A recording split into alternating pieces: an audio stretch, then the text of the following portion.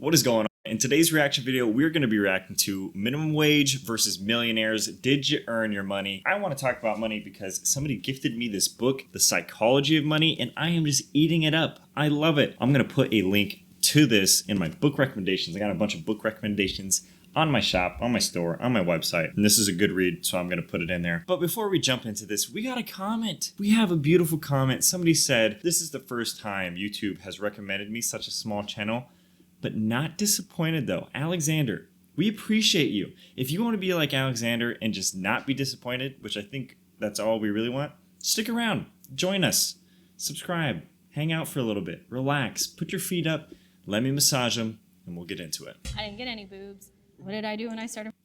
She was on the other, I've seen, so in all fairness here, I've seen the one where they say, do all millionaires think the same? I mean, I haven't watched it in like years, but I remember her, right? Money, I went and bought boobs. Like, that's what I wanted. You're gonna die from your implants. Like, I'll die a D cup. Wow. Hey, cups are important. I got mine. Cup of Joe. Maybe I don't think I've seen this. Maybe I have. I don't know. We'll find out. Hi, my name is Tim. I'm a community organizer here in LA. I work on environmental justice, social justice, housing justice, and incarceral state issues. Nice. Good job. Well done. That's a very honorable job. I wonder what year this is. I think I saw that this came out 3 years ago. What was minimum wage 3 years ago? That must have been 2019. I think minimum wage was what, around $13.50 then? $14? I'm talking California. I don't know. Can't speak across the state here or across the nation. To all the kids across the nation, I don't know what you're getting paid. My name is Christiana Hurt. I'm the owner of the 7-figure brand Wealthy College Kid, and I'm 24 years old. My name is Graham. Wealthy I'm a real college estate kid. agent. Graham, we love him. Hey, personal finance community. That's the face we love and know, Graham. Also, I've been very curious. Graham was in a boxing match, and that just seems, I mean, it was like a charity event, but that's something, That's something you would never anticipate would happen. But hey, maybe there's hope. Graham, here we go. Formal challenge. You want to raise some money? Let's go toe-to-toe. You and me in the ring again. I think I saw that you said it was a horrific experience, but if you would like to fist fight me with gloves in the name of love, let's do it. Estate investor and YouTuber.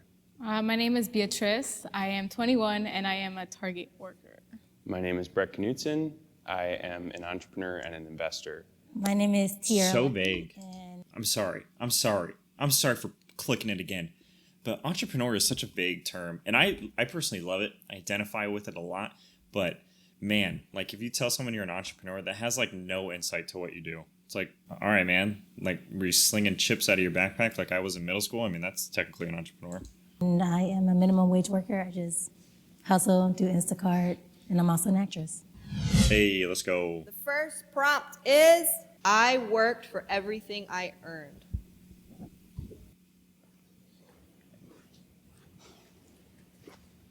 So I grew up with Let's go, Graham. parents that were basically paycheck to paycheck, and none of them had any extra money. It was by seeing my parents struggle like that I really realized the value of money. So I basically poured everything I had into my work. There were years, I would say 4 years, that I didn't have any friends. From 18 to 22, it was just me. And I was working from This guy's like, dude, I don't even know you, man. Like, you're giving me a lot here. probably 8 a.m. until midnight, working as a real estate agent. I completely agree. I think that what a lot of people discount. Oh, wait, Graham, you're mixing me up. You're on the other side. This guy's also a millionaire? Great. Is all the sacrifices that are made. I didn't go to parties. I don't really honestly have like a ton of friends. And it's not like a sacrifice where I was like, I'm gonna have no friends, but you can only balance so many plates or you drop everything. And the plate that I chose to give up was a social life. That's so good. I'm all about that. Or the sentiment that the things that we want, if they're ambitious and if they're large and they're big and you want to chase after them, there is sacrifices that have to be made. And prioritization is one of the hardest things to do, especially in an age where distractions are everything and nobody wants to have to pass up on friendships and social life, but sometimes it is a necessity in order to chase after these things. Shout out to Brett. Shout out to Entrepreneur. Maybe he's a drug lord. Maybe he launders money and he couldn't say it. I watched Ozark recently. There's a lot of labor and communal effort that goes into getting all of us here that we don't get paid for, that other people don't get paid for. The examples that you two gave are perfect, actually. You both earn your money by extracting value from capital transactions. You know, you are not building the house you're selling. You're not out there working like in a slave mine, pulling selenium out of the earth like some people on this planet are. And we have to re-understand what it means to earn money and how we all interact to do that. How would you address based off extracting value if you start a company from the ground and then you build it into a multi-million-dollar company? But no one does that because there's investors and stuff that come in too. No one? Everyone has investors? Yeah, all right. I wish, man. I wish somebody would infuse capital into my business. That would make my life so much easier. Not always. Most of the time. I mean, you have to get capital from somewhere. I have raised money before. Yeah. But I've also started companies that I didn't raise money for. How would you finance them? By working a part-time retail job for minimum wage and then saving up and then putting it in. Yeah, I've none of my businesses, and which have, you know, some have been more successful than others. None of them have had any investors involved. I think that's the name of the game for the majority of entrepreneurs. They work a 9 to 5 until their side business becomes their main business and it takes off. I don't want to say it's more rare, but I think for like the solopreneur, the infusion of cash from investors is probably not all that common. And the extraction of value thing, that just sounds like how the economy works. Like people get paid to do a job. Somebody was paid to build the house, and then somebody is also paid to sell the house. You know, it's not as though they're uncompensated, right? There's not a level of exploitation because you're selling a house somebody else built, because they also were compensated. Judged for my income level. Ooh. I've felt this way before. I think it's part of general society. We are always judging each other. Having used SNAP points before, like standing in a grocery store, using the card that I've gotten for the government to pay for food, and feeling the people behind me thinking that's something that you haven't earned or gotten. Has somebody ever asked you to use your Snap on them? I mean, I have. Generally, there's not that much to go around. It's the same mentality when it's $1 versus Snap. Somebody could still ask me to share. Well, you get it. Why can't you help me out? That's very true. It's like, hey, you've earned all of this money. Why don't you just give us some too? I bet that happens a lot, and I think that I'm speaking in the hypothetical here. I bet that puts some strain on relationships if clear boundaries are not defined right out of the gate. I didn't step forward because me personally, I surround myself with people that just like what's in my bank account just doesn't matter to the people that are around. Oh, that's good. I do think a lot of judgment towards how much you make reflects on like your dating experience. That I do feel.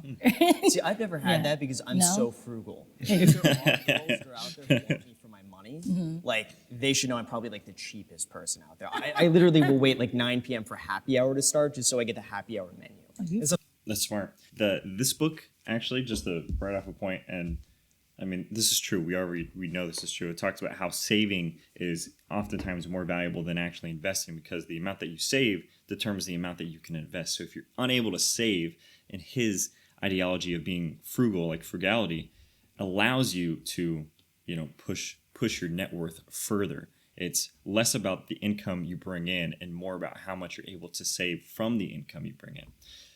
So I really like that point, Graham. Another thing, I just got to say it. So when I was paying off my debt, it was such an interesting paradox for me when I was paying it off, because people were like, oh, you live in your car and you're paying off your debt, you must have so much money. Like because my expenses were so low, they assumed that because I was paying off my debt that I also had spare money to help spend on them. Maybe not help spend on them, but like live a different lifestyle than I was. And that always blew my mind. It's like, I'm living in my car to pay off my debt, man. I'm not living in my car to goddamn ball out in the club like 50. So I would be like the last person any sort of like gold digger would want. Yeah. I find myself in situations with these boys that have no job, no nothing, and I end up taking on these charity cases of relationships. Oh, why? Why don't you put him on or build him up? And it's like, you can't build. Yeah, it's not Build-A-Bear. Build. You can.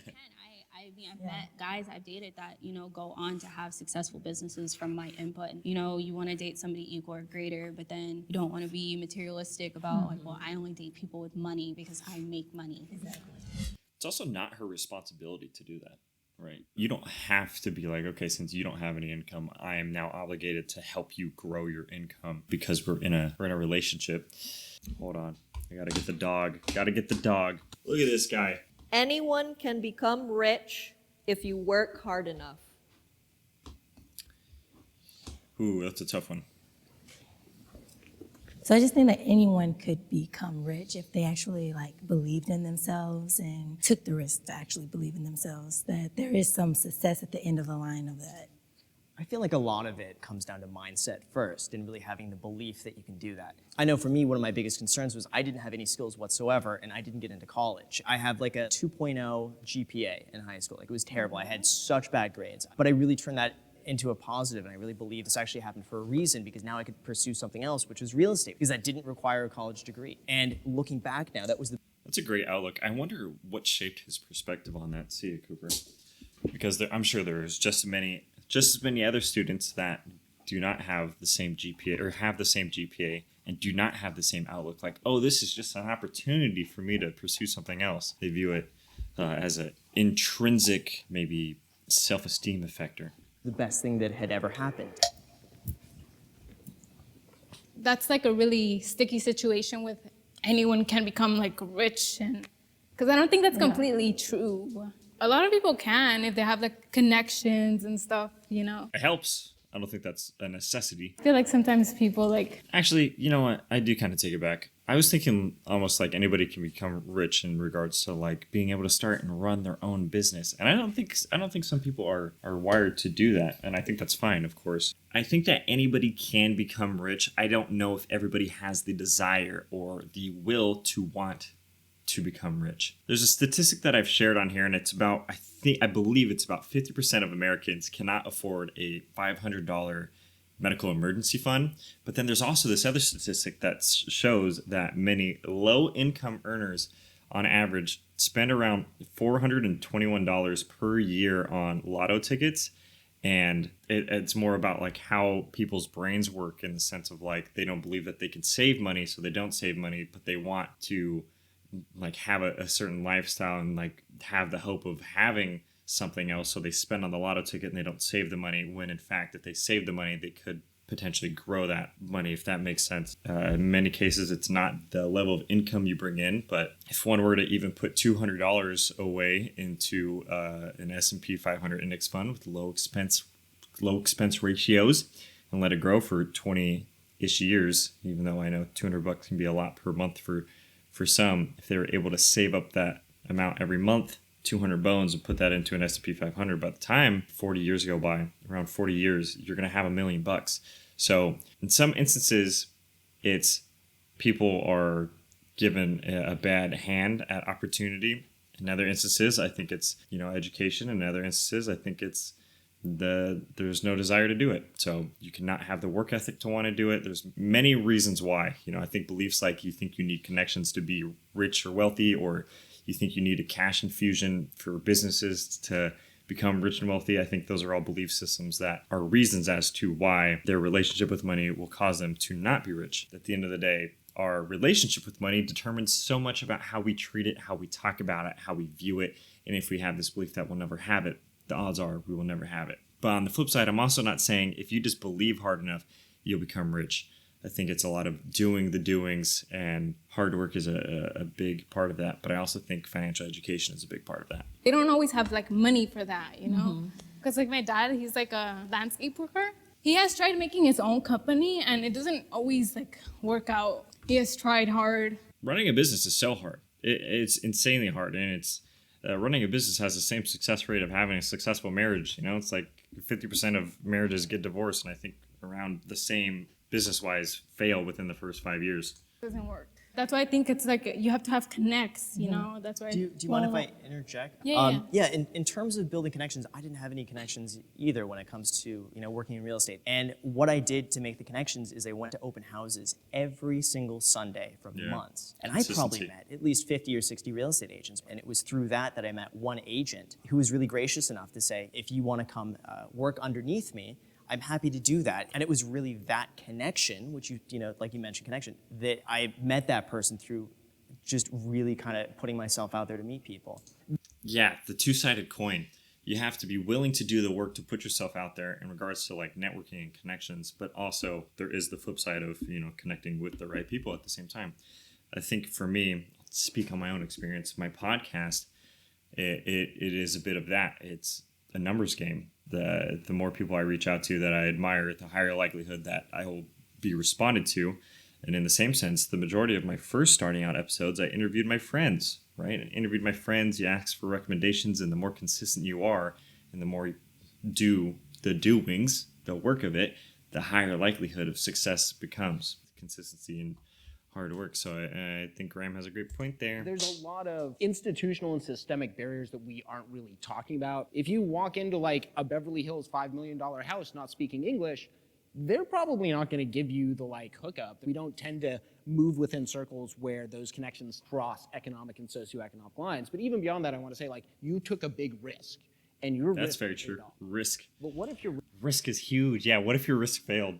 Yeah, that's a good point. There's some, for some there are a bit of stars aligning at play, but I think risk is part of the work, like the work ethic. And it doesn't work out, that's fine. But if you're able to make the risk and it does work out, a certain personality type.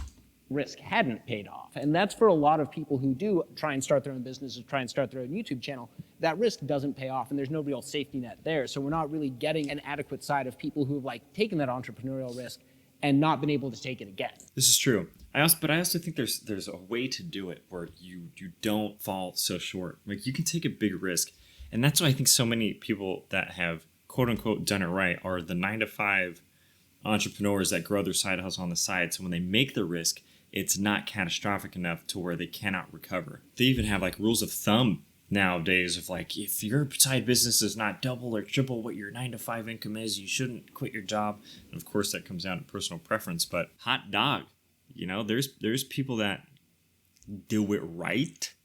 I'm almost worried it becomes a self-fulfilling prophecy, though. If you go in it fearing, oh, what am I going to fail? And that becomes your main focus. I think more people are less likely to take risks actually needed to succeed because they're more focused on not failing, if that makes sense. That's, man, great point, Graham. Graham, you're bringing the fire. I used to have the saying in college, and I hope it doesn't come off in any weird way. I hope I don't rub you weirdly when I say this.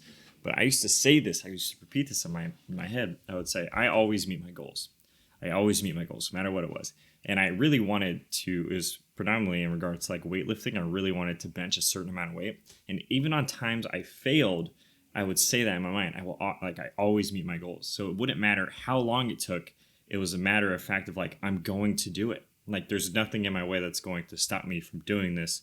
And I think that's part of the mentality kind of that you have to have. So I think what Graham is saying is correct, that you can't hyper focus on what could go wrong. It's almost like hyper focusing on like ensuring things go right when they do go wrong. Like if something is like pushing back on you, you're not gonna be like, oh, well, that sucks, I guess I failed. It's like, okay, this is a setback, but I'm gonna do what I came here to do. I think that's a big part of it. Yeah, I think your beliefs create the level of action you take, and the level of action you take determines your results, and it is cyclical. Yeah, heck yeah. That's almost straight out of James Clear's book, The Atomic Habits. Obligated to give to the less fortunate. I am not obligated to give to the less fortunate. So the reason I stood up on this one is I like Tim. Tim stirs the pot. He's strong in his stances. He's well spoken. I like it. one of the missions in my organizing is getting away from this kind of notion that we have that charity or philanthropy is the way in which we solve social problems. At the same time, like, I still give people money when I have extra change in my pocket, so I don't want to seem like I'm totally opposed to it. I agree with that. I've given people money and not gotten it back. I've given people money and they've wasted it on drugs. Why did I even give you the money to begin with?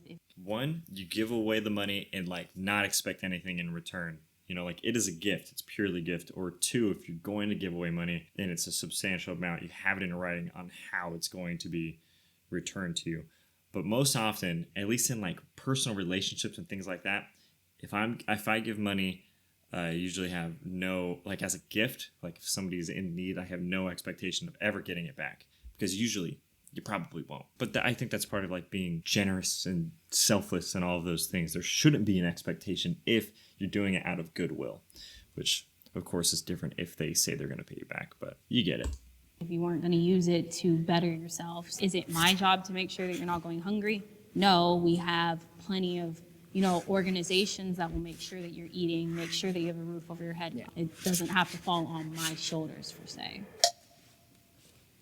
I feel like when you say, are you obligated to give to the unfortunate, it's always the mindset of like money. Well, guess what? I have no money currently to give. But I have like my morality, I have my goodness about me. I'm just trying to build a community, especially when you. Yeah, that's a super great point. There's so many ways to give. I think sometimes I view generosity in terms of things that I find really valuable and giving that away. Like something I value a lot is time. I value time so much. And if I have an opportunity to this is going to sound so braggadocious. If I have an opportunity to, chat with somebody who needs something from me and I spend like 30 minutes, an hour, however long it takes to help them talk through something, I view that as like a form of generosity too. I don't think it's purely monetary.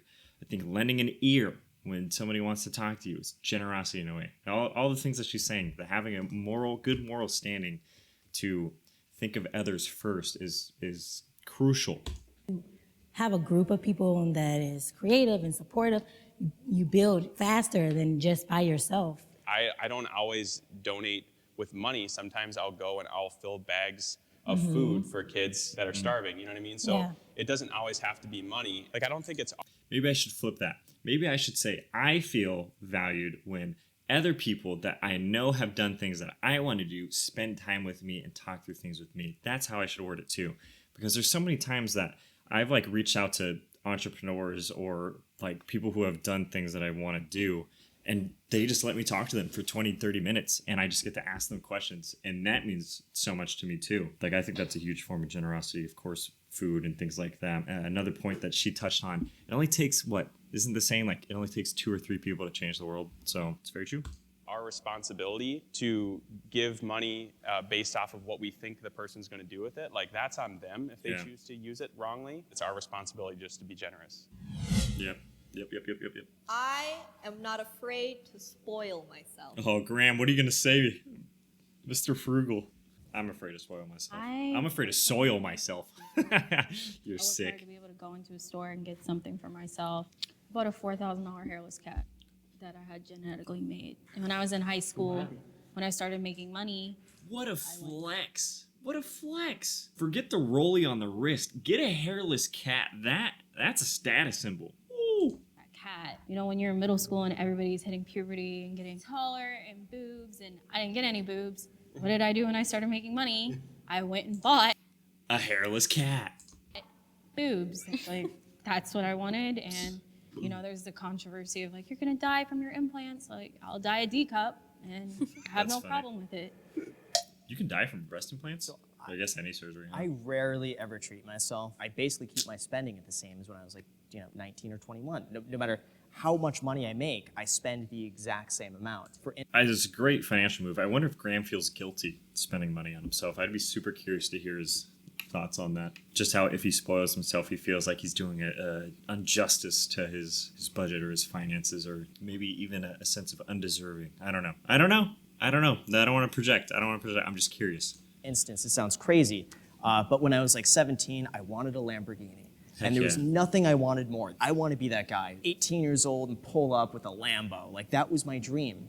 But when I actually got the money to go and buy the car, all of a sudden I realized, wait a second, that's stupid. I'm not going to get the car. I'm going to invest it in real estate instead. But then I'm going to wait, and then I'm going to get the Lamborghini. And then you save up even more, and then you realize, wait, Lambo is still stupid. Let me go and invest it. And even now, the chase and ambition of getting something is way more fun and enjoyable than actually getting that thing. Oh, there you go. I spoil myself because I always buy my needs first. I usually wait till my next check to see if I have extra money, and if I do, then I spoil myself. But if I don't, then I don't. I think it's interesting also that almost all of us have associated spoiling ourselves with spending money, and at the same time said Interesting. Spending that money is very unfulfilling. It's weird because even myself, I really just like having an F-off day and I just hang out and don't do anything and have any responsibilities. But I don't think about it as spoiling myself, even though that's my favorite time to spend. I love that. I love that thought. I think that's so true. I wish I had more money.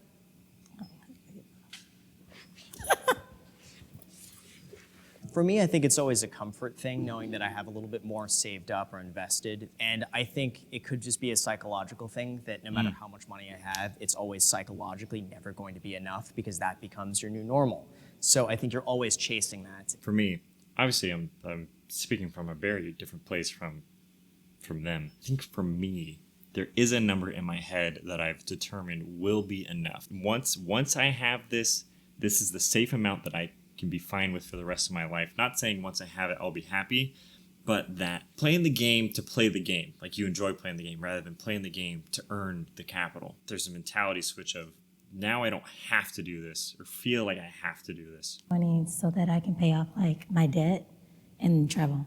And like help some family members, and that's it. That's why I want money. I mean, I don't want to be like, oh, give me money, but like I just want it for my needs, or just for like a car. The desire for more money is not bad. That's not a bad thing. In fact, I would say it's healthy. It's good to desire more for yourself if you desire more. You just have to know when. Know when it's enough. When. Car because I need a car, or just stuff my family needs, stuff my friends need. I think for me, if I'm honest with myself, it's getting further away from how broke I was because I'm scared of that ever happening again. There is no end because of that. I love that. Love that thought. Very honest. So, of course, everyone could always use more money. Like, I've met billionaires who could definitely say that they would want more money. But more, I want to see a society in which the money that we have doesn't determine all of our possibilities. Because it seems like when we talk about solving problems, it comes back to money. My utopian vision is like a society where money really doesn't matter because we don't really need it to figure out value. But it makes a good translation for the time being. Chat. I'll tell you all about credit card churning. Graham with the credit card churning. Have I seen this video? Did I do this video already? That's so interesting. That's it for today's reaction video. Don't forget to like, subscribe, comment down below. You are loved. You have purpose. Despite the number in your bank account, doesn't matter. You're automatically loved in purpose by me and by a God that loves you. Talk to you next time. See you next week. See you soon. See ya. Bye.